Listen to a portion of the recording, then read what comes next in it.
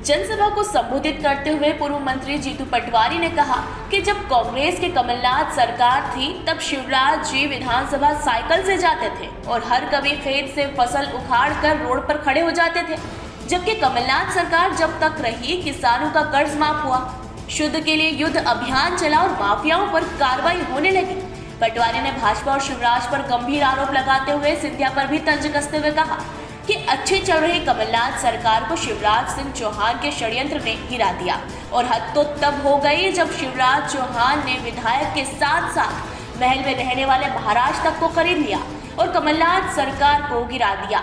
अब हम किसानों के लिए फसल के मुआवजे की मांग कर रहे हैं। उन्होंने आगे कहा कि शिवराज सिंह चौहान ने मंच से तो कह दिया कि बिजली के बिल मत भरना, लाइट काट भी दी गई तो मैं स्वयं आऊंगा और खंबे पर चढ़कर तार जोड़ दूंगा। अब शिवराज जी कहाँ हैं, जिनके भारी भरकम बिजली बिलों के कारण लाइट कट गई, वो अंधेरे में अपना गुजर बसर कर रहे हैं और तो अब तो मध्य प्रदेश में बिजली कटौती चालू हो गई। पटवारी ने कहा कि आप लोग स्वयं फैसला करो कि कमलनाथ सरकार सिर्फ 100 रुपए के बिजली बिल दे रही थी वो अच्छी थी या शिवराज सरकार कटौती के साथ साथ बिजली के भारी भरकम बिल दे रही है वो अच्छी है। उन्होंने मंच से ये घोषणा भी की कि कांग्रेस की सरकार आने पर सरकार गेहूं का न्यूनतम मूल्य 2500 रुपए प्रति क्विंटल खरीदेगी। की घोषणा करते वो पूरी होती नहीं। बिजली के बिल अनाप शनाप किसानों के बढ़ने लगे।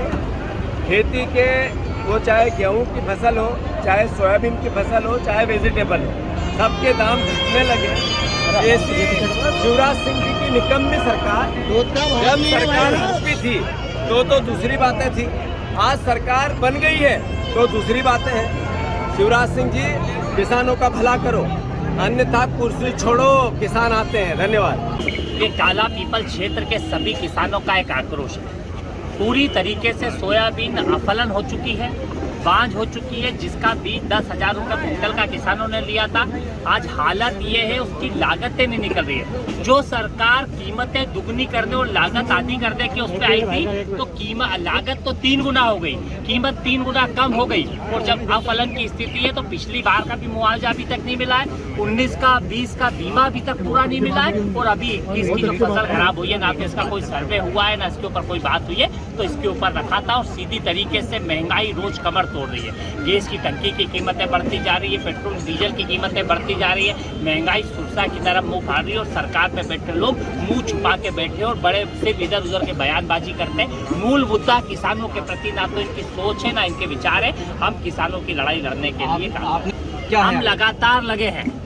जब तक हमारे कुछ मिलेगा नहीं है, जब तक घोषणा हमारे उसका वो नहीं होगा, हम लगातार आंदोलन करेंगे। और हमने फिर कहा है कि 15 दिन के अंदर अगर मुआवजा नहीं, बीमा नहीं मिला पिछली बार का, तो स्पष्ट रूप से इनके खिलाफ और ताकत के साथ प्रदर्शन करेंगे और ताकत के साथ लड़ेंगे। हम किसानों की लड़ाई सड़कों पे लड़ेंगे, क्योंकि ये सदन को चलाते नहीं है। सदन में चर्चा करो तो सदन बंद कर देते हैं। भोपाल में सड़कों पे आंदोलन करेंगे तो लाठियां दिखाते हैं। हम अगर ये नहीं मानेंगे, हर जगह आंदोलन करेंगे और जरूरत पड़ी तो शिवराज जी के घर में भी घुसने का काम करेंगे। शाहजहांपुर से दिलीप राष्ट्र की ये रिपोर्ट।